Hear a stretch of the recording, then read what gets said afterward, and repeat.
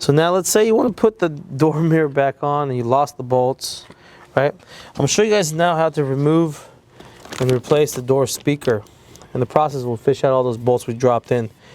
Three number screws, Phillips. Got one here, you got one here, and you got one here. Okay, these three guys. Those out of the way. You can grab the speaker wire here and just kind of just snug on it and see how easy it just popped out.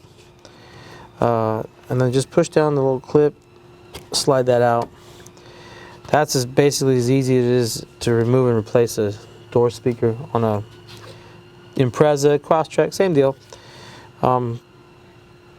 If you guys like what we're doing, subscribe, turn on notifications. You can see we've got a bunch of cars taken apart. If there's something specific Subaru you have that you need some assistance, guidance on, if you're close by, come on by. If you're not, drop us a text in the bottom and tell us, you know, hey, I got this car, how do you remove this? And we'll go ahead and get you that video as soon as we can. And while we're down here, you can see all the screws I dropped. They're right here. Make sure you pull them out of the car. Right here. There's one more down there.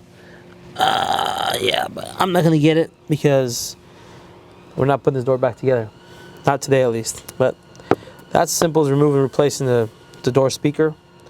You want to amplify it with something better, by all means.